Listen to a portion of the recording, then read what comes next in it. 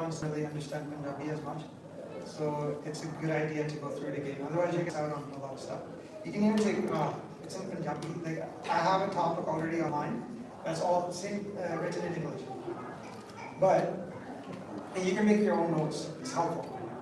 So once again, because we have to know this, what's our origin? Where did we come from? Waheguru. And what do we know Waheguru as? The ultimate truth. The area that we're caught in when we have thoughts, Maya is an illusion. So it's basically a lie, right? So when Waheguru spoke and they created this universe, they spoke in Nam. So just for everyone's purpose of understanding, Waheguru himself existed before time came into being. Ad Sach. That's why Maharaj says, Ad Purkh Abhagata Vanasi Lok Chatradas Jyot Prakasi. Guru Gobind Singh Maharaj teaches us that Sach Paramatma, the ultimate truth, is known as Ad Purkh or Adi Purkh. Adi Purkh means the one that existed in the beginning. So some of you really young, right? You might understand time and space, right? There's time and then there's space, distance, right? So the thing is that time and space begins when Nam is spoken. That's when time and space actually start. Before that, there's Sun, or you can say that it's just only such, right? That's why in Gurbani, Maharaj is also known as Sun. God is known Sun as the void. But they're in the form of Prakash, the form of light. And because Waheguru is in the form of light, and Waheguru is one entity, there is no space, there is no time there. And there's no creation, so you can't count any beginning, and there's no end, right? Waheguru himself is infinity. They're infinite. So the thing is that when we try to conceptualize that, when we try to figure that out with our mind, distance works in a manner that we can measure from one point to another based off of the form, right? So my father-in-law, who taught me all this, they used to say, like when I would say, oh, I'm going to go to Canada now, they would always like drop some sort of wisdom on me. And it was really unique to hear. And it would make me think of the world in a different way. And I was going to go from like my village to Canada. And I was like, well, good idea, I'm going to go to Canada. I'm far away from you. And he was like, technically there is no space. It's an illusion based on the form that we see. We all exist in one place. And when I heard that, it's like, I went thoughtless. I'm like, what? Like, I had heard of things like this, but I didn't understand how deep it actually is. The illusion of Maya starts as soon as Waheguru speaks, but that Nam itself is above Maya, but the air that they breathe is the cause of Maya. So conceptualize that for a moment. So every time we rise above Maya, there's only going to be Sach and Nam. When we get to that level. Yes? So the concept of time and space starts with Waheguru speaking. However, that Nam, that word that they speak, the hook of the command, remains detached from Maya. But at the same time, because from their mouth comes air, the air becomes the cause of Maya, or the root of Maya. The air itself is Maya. Now, the thing is that what's control? Okay, so let's say now we talk about Maya. Maya is an overlay on top of something that's invisible. Everything that's visible is in the manner that it is because of the command of the Lord, which is underlying everything. And the controller of that command is Waheguru himself. So when we talk about time and space is actually a conception of Maya, and anything that's a part of Maya can actually be manipulated. Time and space can be manipulated. Gurbani teaches us much about ourselves and about this universe. Guru Sahib teaches us that someone could decrease their size to that atom, or the smallest particle possible, and shoot off into many far spaces. Maharaj said, Parmano Prajan, Akasya Deep Los Khakane Nashen Nantaren, Nanak Bina Sadhuna Siddhate. That if, Maharaj says, that if someone was to decrease their size, wouldn't that be kind of cool if you become so small? And then think about this, everyone's trying to figure out how can you go faster than the speed of light, right?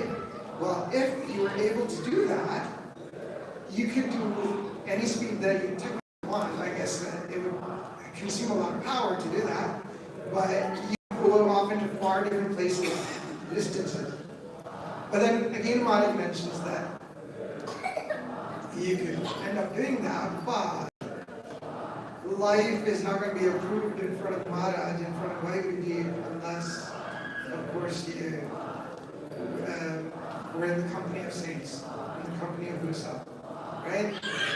Because our purpose in life is to get to that Naam, and then we can get to the ultimate truth. So I don't know if any of you like physics. I wasn't really that good at physics in high school, but the thing is that when I learned about what Gurbani says, it became even more interesting to me. And then there's metaphysics and all this other stuff that you can learn.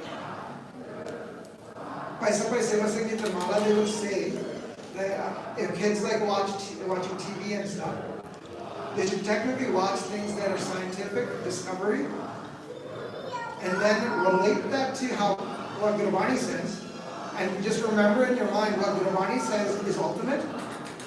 Science is small. What Gurbani says is the ultimate science there is, right? The ultimate spirituality. So you can tell different concepts as to what might be right and wrong as long as you compare it to Gurbani. Gurbani is your measure for a lot in this universe. So today in the morning we were speaking about different stages of the mind, and we just mentioned that at the end, so we'll go about this in reverse. So if our mind is able to come out of this womb of Maya using Nam and meets such the ultimate truth, and then the mind comes to reside in what's called Devalok, where we talked about gods and goddesses or angelic beings yesterday. If meeting such and then residing there, this mind in Gurbani is known as the Sanskar Singh. Out of those celestial sounds that people hear when they do Abhyas, out of all the different sounds, there's this one sound that's very fine. Have you ever had any experience where all of a sudden one of your ears goes bump, it closes, and you don't hear on that side, but you hear from the other ear, but the side closes, all of a sudden there's a sharp whistle. How many people does that happen to?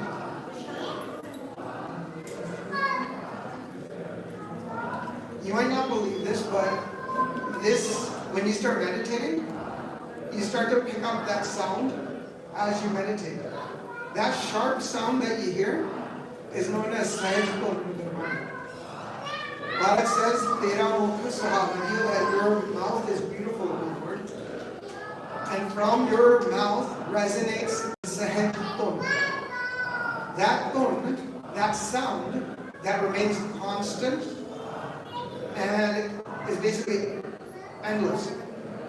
What happens is that we hear it for a short moment and then slowly it disappears.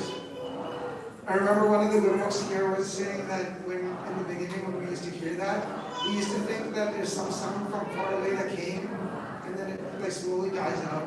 No, it's coming from the inside. Vaheguru actually calls out to the mind. Man pradesi mein pyare aao kare. They come home. Maharaj is constantly actually calling the mind into the Nijman, into the inner mansion. Why? Sometimes we're in tension. Sometimes it's been a while since we've been home. He wants to see us come inside and take a rest. Usually sometimes when we go outside or on a hard journey somewhere, we'll get a call from someone, parents, did you eat anything? Yeah, we'll get some food. Why did he cares for us? So they're calling this mind constantly into the home. Maharaj actually says, Manmukh ahankari, महल न जाने खिन आगे खिन पीछे, सदा बुलाइए महल न आगे क्यों कर अंदर के सीधे. That Vaheguru constantly calls the mind to come back into the home, but our mind, as we were talking about yesterday, is caught in the air in such a manner that our mind escapes either left or right.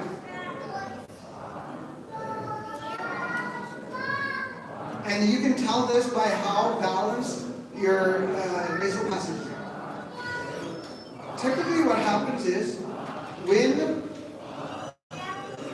you have more breath coming in or out from the left-hand side, the mind tends to deviate to that part of the body because the mind is light. The mind is not our brain.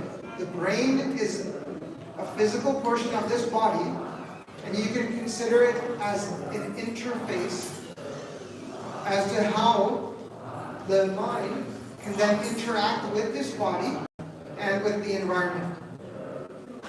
However, they have a two-way relationship. If there's damage in the brain to any of the system, the mind can only do certain things. For instance, there was one person I met in my life. I was waiting at a bus stop. And so I'm at a bus stop like here, right? And he's crossing the street. So when he crossed the street, he went exactly straight and then walked towards me. Typically, what a person would do is would put those two together and then walk a bit of a diagonal and get to the bus stop. You could say that maybe you didn't want to jaywalk, but it was one of those sort of cars that no one's really checking, right? One of those streets. And he came up to me, and I was just looking at him. I didn't say anything. And he came up to me, and he told me he had brain surgery. And then ever since he had his surgery, he could only walk like in a straight line. Because there was some sort of surgery that separated his left and right somehow. So I was like, oh wow. And that actually means that his mind can no longer interface with this environment through this body in the same manner as everyone else. Because of that, it affects how the mind can communicate or whatever it can do in this physical realm. The mind, though, existed before the physical body came into form. That's why Guru Sahib actually, with the Siddhs, we can talk about so many cool things. Okay, have you, okay. The Siddhs, have you guys ever heard of the Siddhs? Kids? No? Did you actually know? Okay, so the Siddhs or the Siddhas, they were these people that meditated a lot. Their avastha was actually that they would sit at the they'd hear another body. But they were like really detached from the world in the sense that they would sit away in the caves and stuff, or mountains.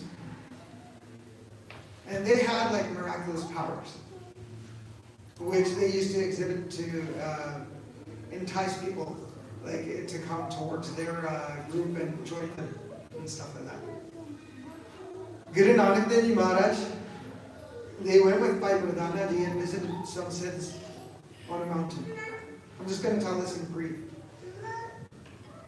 And those Siddhs, they saw Guru Nanak Dev Ji, and first of all, they're like, we're so old and we have these high ages, like many, many years that we've been here.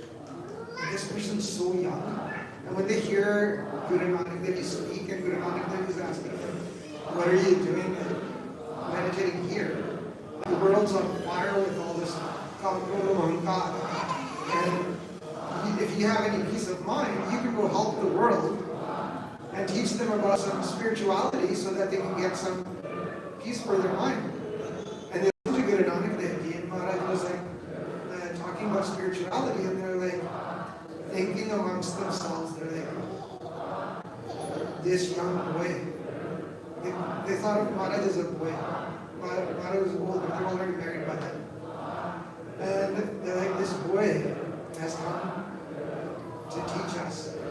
He's so wise. If only he would join us. And what happened was, they're like, okay. So, well, they like talk back and forth with each other. They ask questions, who some answered. One of the questions was this. One was that when this body didn't exist, nor did the point of air at the navel, where did the mind exist then? And Maharaj answered with Manasvanavasa Anuragi, that the mind existed within the void at that time. The mind, before this body came into being, actually existed within the void, when this body wasn't in place. When the play started, then the mind started transmigrating through different species. The mind exists now. And you can discover this because when you fall asleep doing meditation, sometimes things happen where you'll realize very quickly that you are not the body. Especially if you go into places where you get sleep paralysis. In Punjabi, that's called Avastha.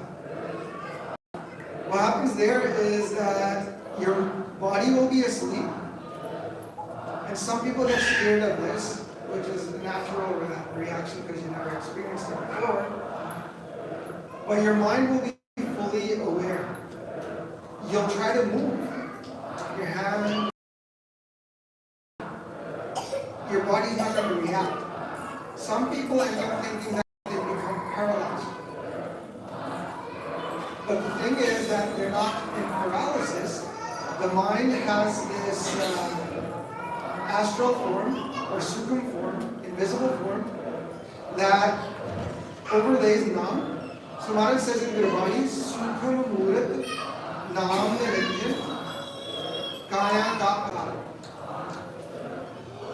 So this visible form that we have, it overlays a subtle form which is made of light. And that light goes over top of nam, on top of the divine word. When we are meditating, through our Sukhama thought, our mind has basically filled up this entire physical form. And thus we are able to feel our body and this world. If the mind withdraws its soul back, we don't feel anything. That means we're sankoching. What's the good word for the problem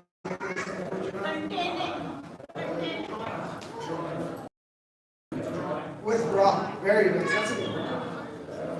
The mind is withdrawing itself from this physical form. So what happens is that when we're basically meditating, our mind is becoming smaller in comparison to this or this extra that we positioned ourselves in.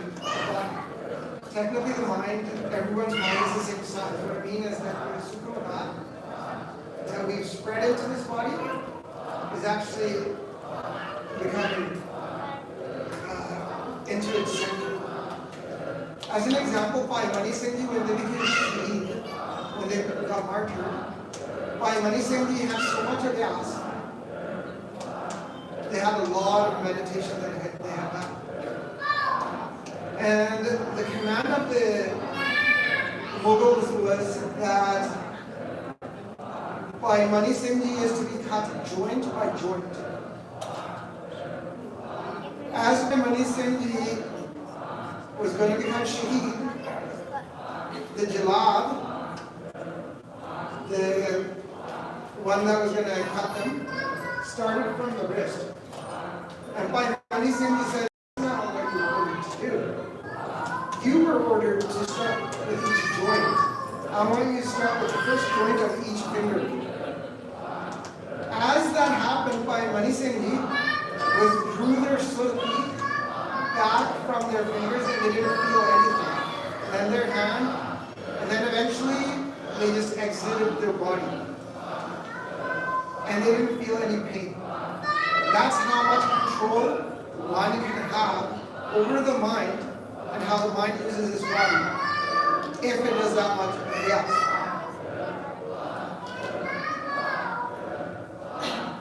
So, we're talking about the mind and different stages. Did I miss anything so far? Any questions yet? No? Okay. So, you were telling about the man that like straight lines. yeah. And the mind. He had the mind that couldn't interact for him to conceptualize going like this. Instead, because the brain was basically handicapped in that situation. So the mind can't do anything. If that person was outside their physical form, in their astral form, then they can do whatever they want. But that mind is inhibited by what the brain has now, the condition that his brain is in. Now the thing is that at the same time, when we go into deep sleep, there is a certain type of waves that are produced by our brain. So the mapping of the brain also shows us where the mind is, where or what level the mind has gotten to. For instance, when we go into something called deep sleep, the brain produces a certain amount of different waves. When we go into REM sleep, rapid eye movement sleep, the brain produces different waves. When we are awake, then the brain is going to produce a different signal. That mapping is actually showing us what state the mind is in. It's not the brain that's causing the mind to be in a different state. It's the mind has gone into a certain state, and then what happens is that the brain shows us that through the mapping that they do here. But that's what I was talking about initially, that the mind and the brain have a two-way relationship. The mind can only interact with this body as much as this body is working. Like this, for instance, in 2008, my son had come to Edmonton, and someone was visiting from Canada. And one of the ladies that was visiting, they said that their daughter had some sort of a handicap where she basically couldn't do anything and she had to be guided everywhere. And if she was sad in one spot, she'd just sit there and that's it. And when someone asked, they said that if a person is in such a situation, how many thoughts do they have? But then you said that they don't have many thoughts at all, and it's because the machinery of the body is not working. So that affects what the mind is in as well. There are sometimes, though, some handicaps that they'll have more thoughts than a normal person because a certain aspect maybe of their five senses, the eyes or something, or the ears something, and that causes more thoughts. So when we've been blessed with this body, we're trying to actually figure out how we can rise above it. And when we're talking about this air that goes through the nasal passages, if there's more air to one side, the mind that's Jotsu is going to deviate to that side, and it'll tend to have more Rajoguni thoughts.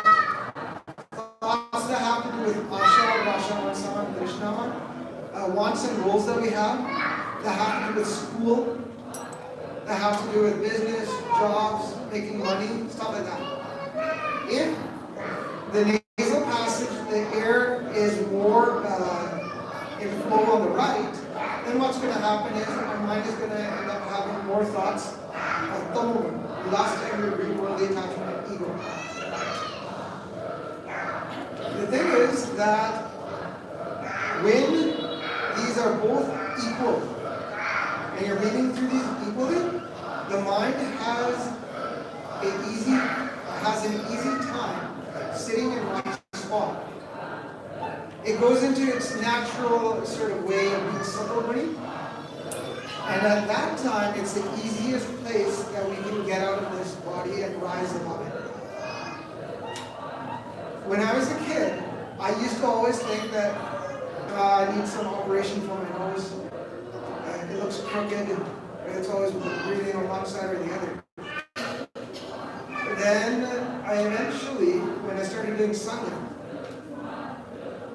Paisa would teach us that Gurbani says that Ida Pengwa or Sukmana Teen Vase Uठाएं Bedi Sangamte पर आ गया मनोरंजन करे दिखाएं सबको कहाँ निरंजन आराम है. That there is a technique by which you can bathe your mind at the Rani or Parag, and that makes this nasal passages equal.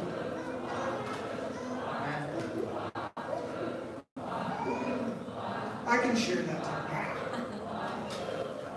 with Maharaj Kirpa. I'm allowed to do that. Okay. There we go. Okay, so then the Sukhmana channel, it's open a bit below, and then we have Iqbal on the sides. Someone ask a question? When you rise above, the Sukhmana closes off, and you're left with two channels. Where these two channels are, that's known as Parag, and Triveni is a bit below. What happens is that when we want to quickly balance the nasal passages, there is a technique that we can use with the good mantra, where the surti can bathe here. So what happens is, I'll tell you a story right before this. There was some Babaji, some saint, so-called saint. He went to visit Paisa at Paisa's residence in Goa. And he mentioned that one of my sura, they're called sura, the nasal passages, just doesn't work. And he's like, I had surgery, I think they said 3 times. And it's still, it doesn't work. So if I start talking that technique that you're about to learn here, that you can open these up with leading at the beginning. What you do is, with your eyes closed, not looking in front, like don't worry about what's in front of your eyes, you're taking your surti And you take your sutti and you move it here. In your mind you say Wahid, and then you move up and you say Guru. As you do that, you stop your breath for just a moment that's comfortable. And then you can exhale and inhale, but do it slowly and hold a bit of the breath and do that. Yes? Yes. This is called bathing at Trivani and Bharat. So you actually can take a breath in, and then when you hold that breath, here take your sutti down and say Wahid, and then back up Guru.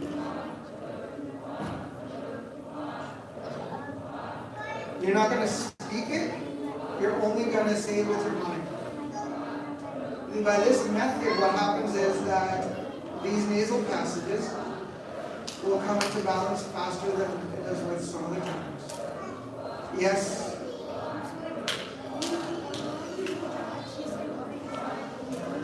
Yeah, but your focus on the sutti is here. So here's the question. How do you move your sutti? When we're saying Guru, Guru, we're actually trying to take our sutti down to the navel point. As we move our stomach in, it generally goes there. And then when we say Guru, we bring it back up. So if we can move our sutti, our mind, sutti means focus. If we're moving our mind in that direction, in that larger space, you can technically move your mind in one small space as well. Your focus. So we're going Guru, Guru. Now you're not going to talk. You're going to breathe in. Does it mean that the breath is Huh? Does it mean that the breath we're taking is not a full breath? Because it's just a small space? Yeah, think of it as if you're just stopping the breath here. Yeah. So the thing is that what you do is then you let go of the air. Don't do it for too long that you're holding your breath. What will happen is then you're going to be gasping for air, right? You just want to do it comfortably. Like, you know how we sometimes want to hear someone and everyone's talking all around and then you sort of hold your breath and try to listen, right? That type of breath work. So how about you can try that right now? Everyone, yeah, let's try it first and then try it. So everyone close your eyes. This is not to be done with eyes open.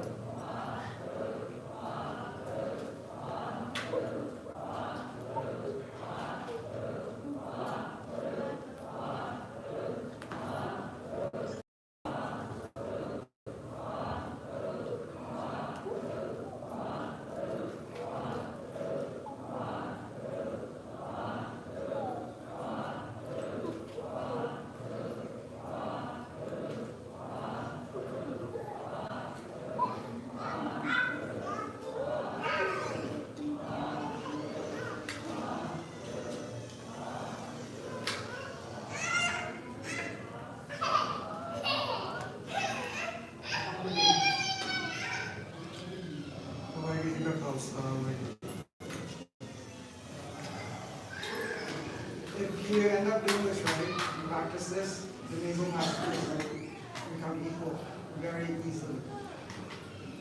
This is a technique that Faisal used to teach us, and then we'd like, wow, that was really easy. Technically, when we do Sanskrit, when you focus, that comes about as well. The Gurmukhs that are really aware of themselves and do a lot of abhyas, they're so aware of themselves that they never let that balance go out. So anytime they feel that their balance has been put off, they'll like do some abhyas and then correct it again. So that's, this is the advantage of having satsang. You learn different techniques through what Guru Sahib says. And then you basically can apply that to your own life. If anyone does ask, how come Veer Singh was allowed to do that? I have permission. So, with Mahana Kirpa.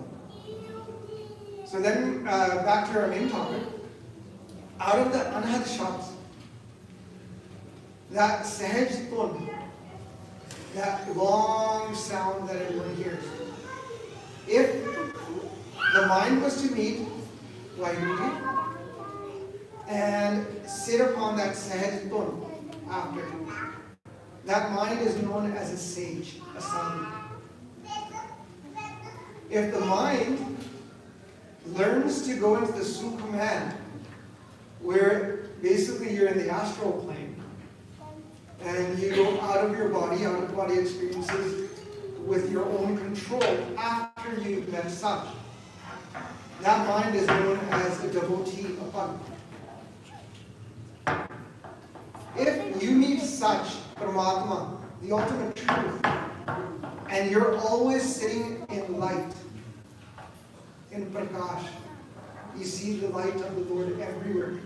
Not just outside, not just inside, but both outside and inside. Maharaj says, Bharat Pitar Pya Pragas Tab Hua Sagal Karma Ka Nas. That when we have Prakash outside and inside, then our account of our karma is destroyed. There are many people in this world today, that's why we were talking about this on the first day in Punjabi, that they'll get one technique, or they'll get a little bit of knowledge and then run off with it like they've got everything now. And then they sit somewhere and they become a Baba.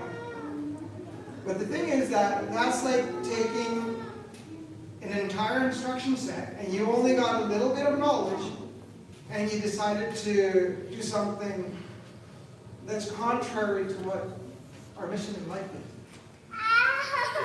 And then those people, they sometimes end up misguiding people into saying that, oh, use this technique, you'll see the light outside, and then they won't let them close their eyes and ever look inside. And the easiest point for us to get to the Lord is to be inside where our mind is, because our mind resides right with the Lord. Maharaj says, Manatu Jyot Sarup hai, Apna Mool Prashan, Man, Harji is God. Harji Tera Naal hai, Gurmati Rangman. The Vaheguru himself is actually with you at all times. So here's the question.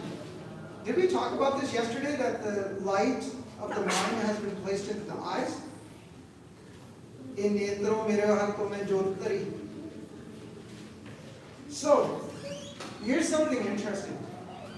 That the light of the mind, man mein jyot, jyot mein mano, the mind's light has been placed into the eyes.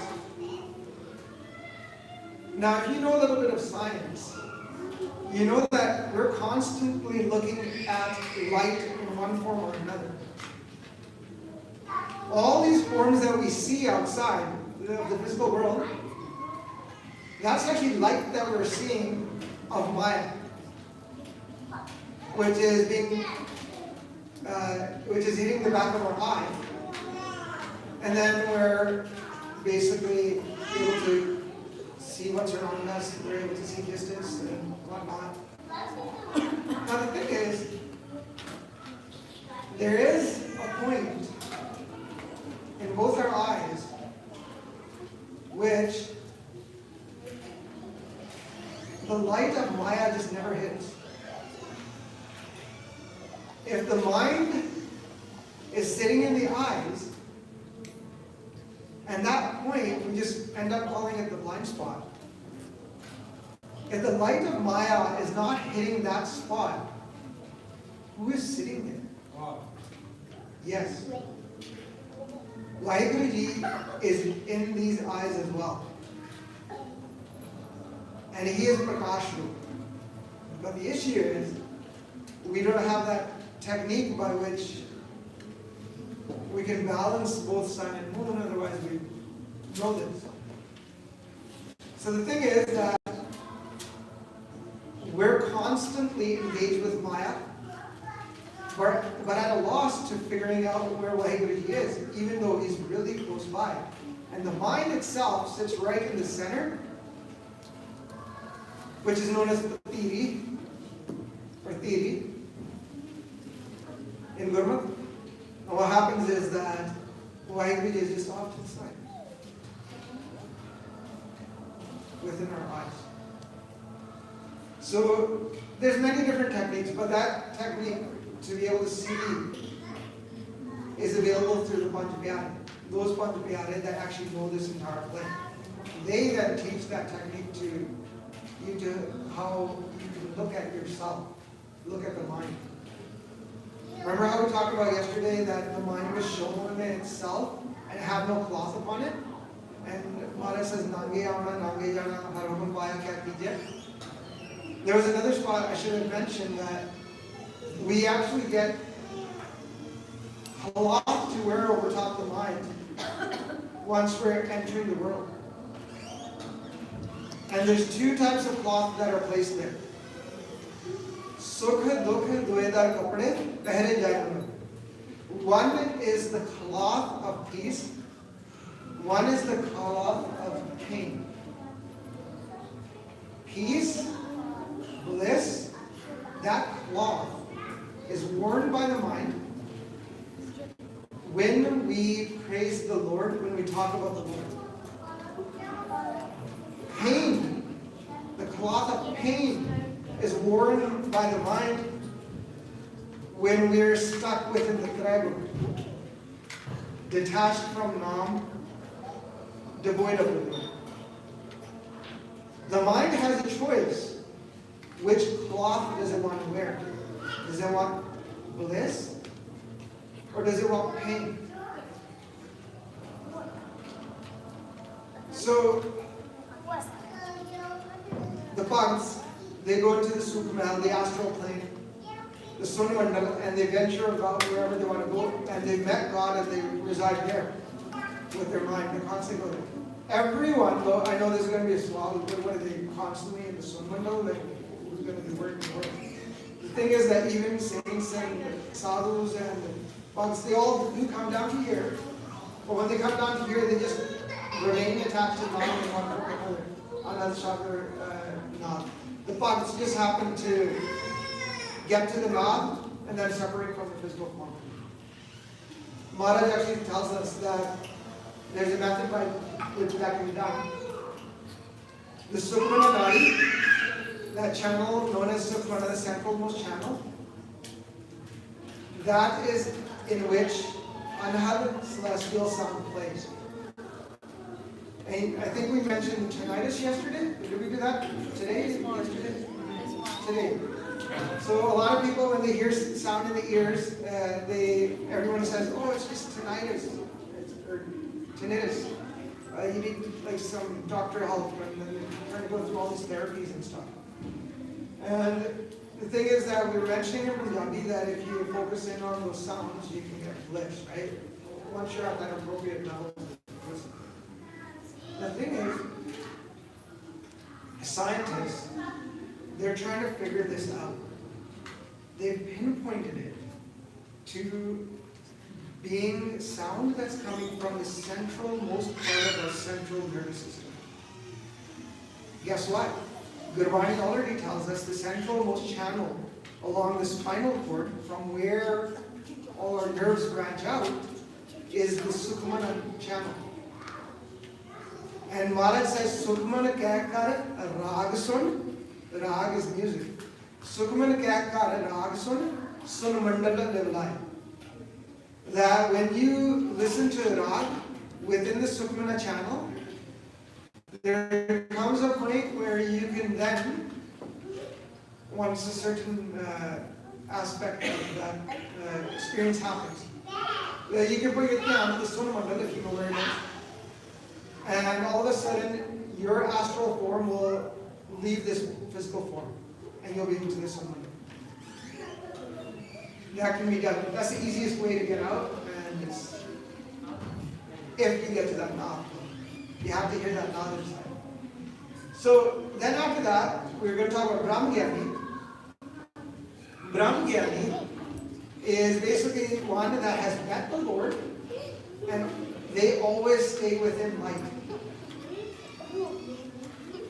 I have a translation Mara Kirpana for saint, sage, devotee.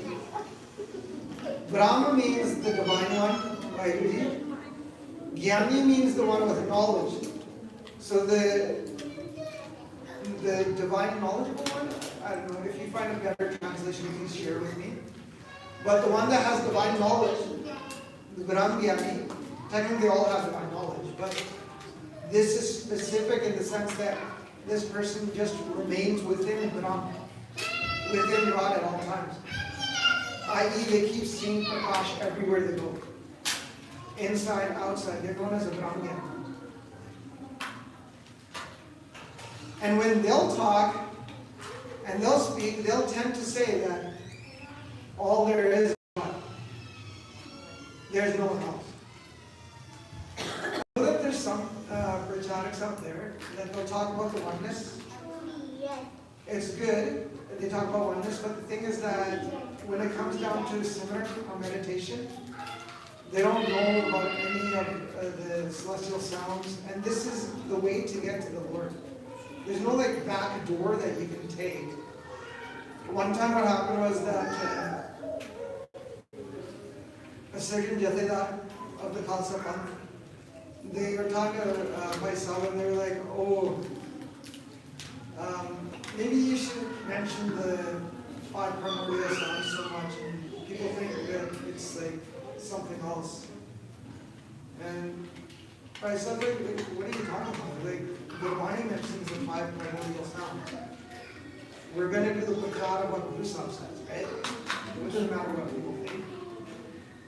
And he's like, well, if you got to go to Nakoder from Jalandhar, you don't have to take that highway, you can probably go around.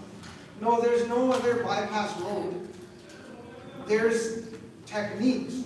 But once again, you're going to end up going the same path. We have to get to that Nam and then get to Sach. So any questions so far? Yes. Yes. So what about the blind person? Where is their jewel? Okay, yes. Okay.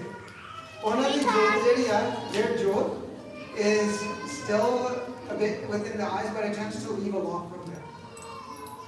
Even our jewel, we leave our eyes sometimes.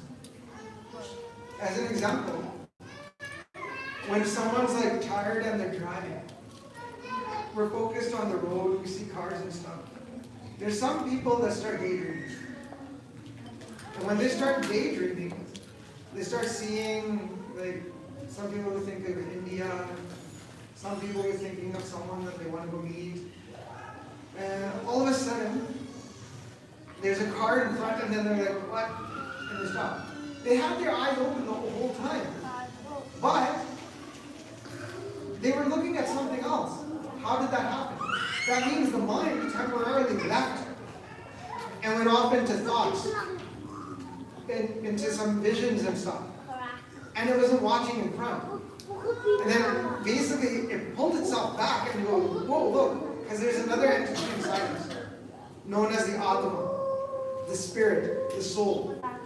That sound that's inside the Surmana channel is actually coming from the spirit, also known as the soul, which has a connection at all times with Vahiri.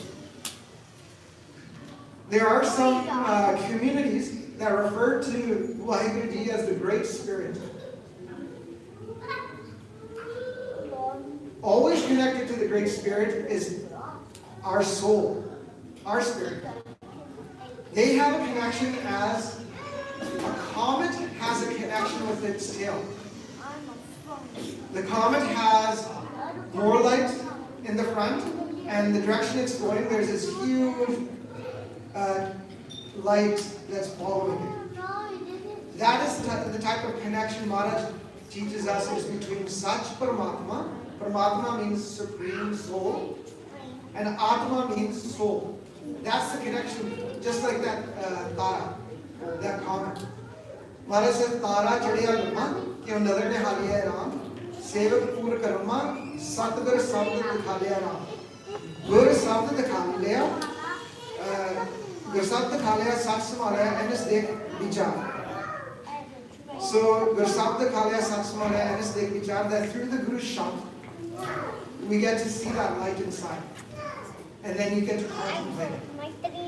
And that happens through going to Sadguru's Shabd. Tara Chadiya Rama Kyo Nadane Haliye Ram, how can we see it?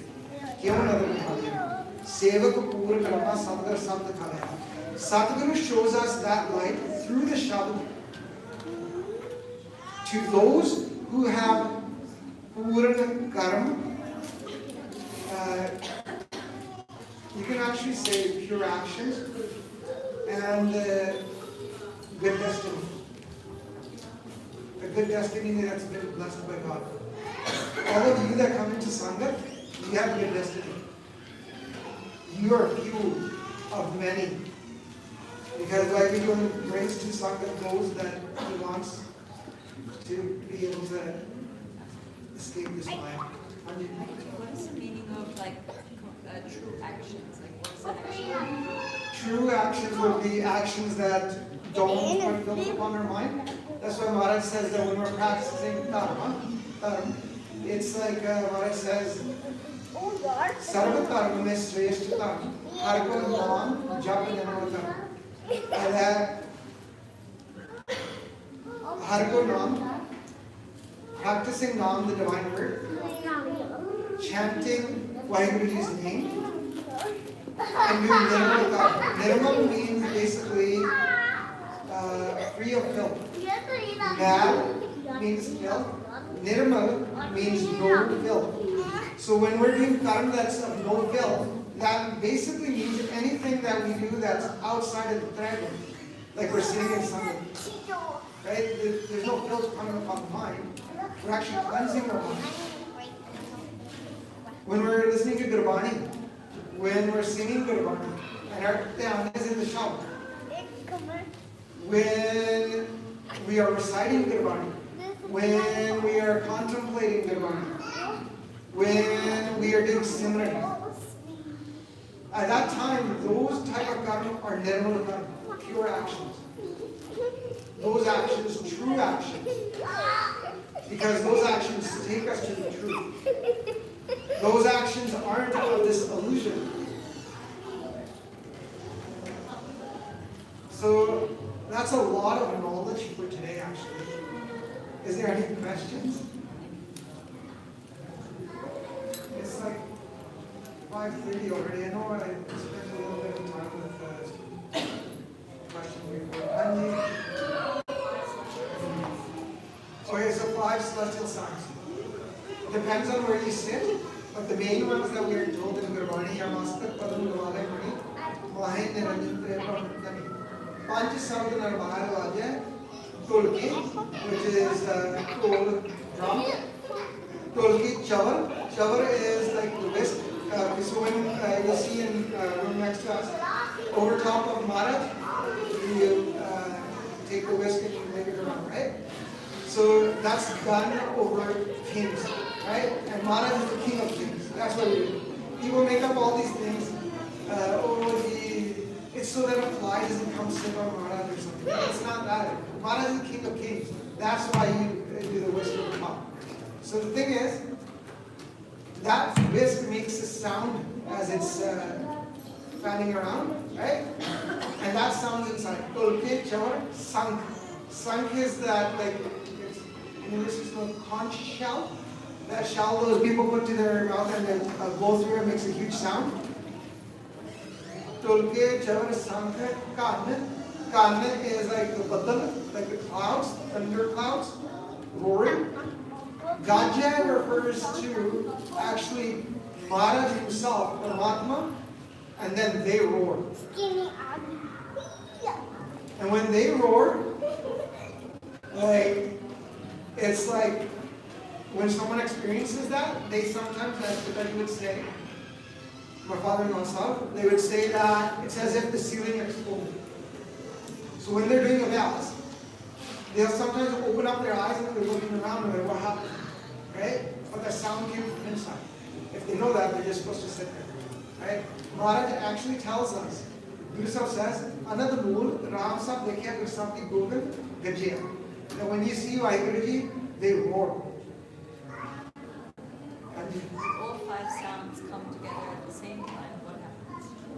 Okay, so Panch Shabd Purana, when they come together, all of a sudden there's this heavy sound that's produced. And that's like a,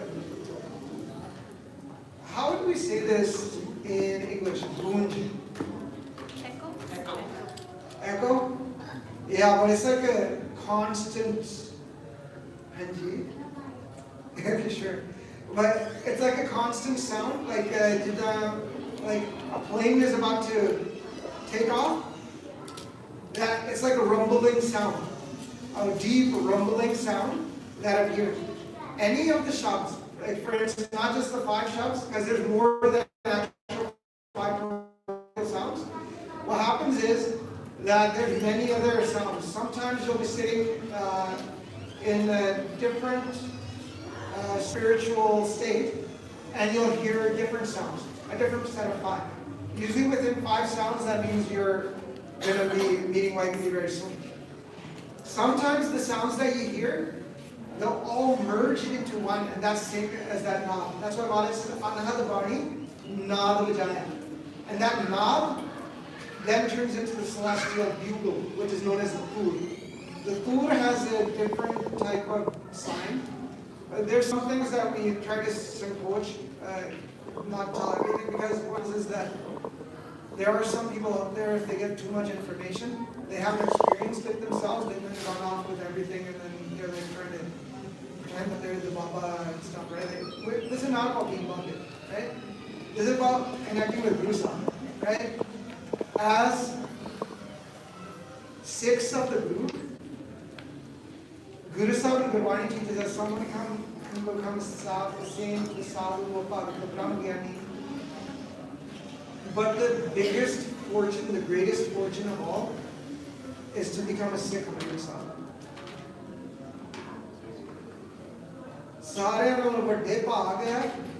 The greatest fortune of all is those who are the Sikhs of the Guru. They're known as Gurmukhs. And Maharaj says, Gurmukh Gadi Raj Laya. Gurmukh Aaye Jaye Nisan. That the Gurmukhs can go anywhere. That's how much practice they have. You can get to any state. They come here, they're connected with Nam, they go sometime Anand Shahs, they'll go to the Sandstone, they'll go to Sukhman, they'll go into the Prakash, and they go wherever they want. Like, you know, like how when we are blessed with the sunlight of the sun, it affects the vastu of everyone, like because of their aura or something, right? Like, what is that like? In the sun? Yeah, like if we do Sangat of the Guru, like just being in their presence lifts everyone's surati up, right? Like, what is actually happening in that? Okay, so what's actually happening in that is some Gurmukhs, they have so much abhyas that in their eyes, their power is, their eyes are full of Amrit, right? And when they're sometimes, okay, so when someone is speaking, right? Maharaj says, Sun said me reho smai man madhe jane je koi jo bole saade. Now when someone's mind absorbs into sun, so they go thoughtless, and then what they speak is just divinity, right? Divine knowledge. At that time, the one that's using their eyes, the jod, because our mind falls asleep in here. Sometimes what happens is one of the 5 thieves takes over our light. Like, that's why some people, when they'll look into the world, if they look with anger, they have a different color on their face. They'll have different look in their eyes. When they're in lust or lobe or greed, they'll have a different look, right? So what happens is that basically, one of the 5 thieves is taken over. When someone is speaking about divine knowledge at that time, what happens is Maharaj, Satpur inside, Satpur meaning Mayurji, has taken over that jod. And their drishti at that time is the Amrit drishti. And when their Amrit drishti falls upon someone, it elevates the other person's mind. That's why, another thing, this is something to know. You know how sometimes your parents might say, oh, Gurdwara jana? No, mama, the station here, you don't want to do that. If you go in front of Guru Sahib and say a Khand Path chal raha hai, ya Sahaj Path chal raha hai, the person that's doing Path at that time, if they don't have any thought in your mind, and they end up just looking at you, what'll happen is that all your vices, your sins that you've done, get erased.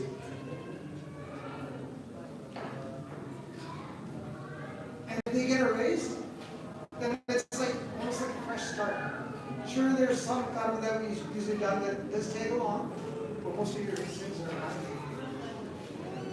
There's some purpose with it. That's why it's good to do a gas so we can come close to it, right? But that was a lot for today, and I know there's going to be more questions, but it's like 5:38, so this has been a full hour. Just last question. The theory actually, the change is right with the day. I mean, it's smaller in the morning or something, it gets bigger. Well, what's the that's important theory? What do they call it? The iris. That's the expand on the inner. Exactly. Yeah. वो different है.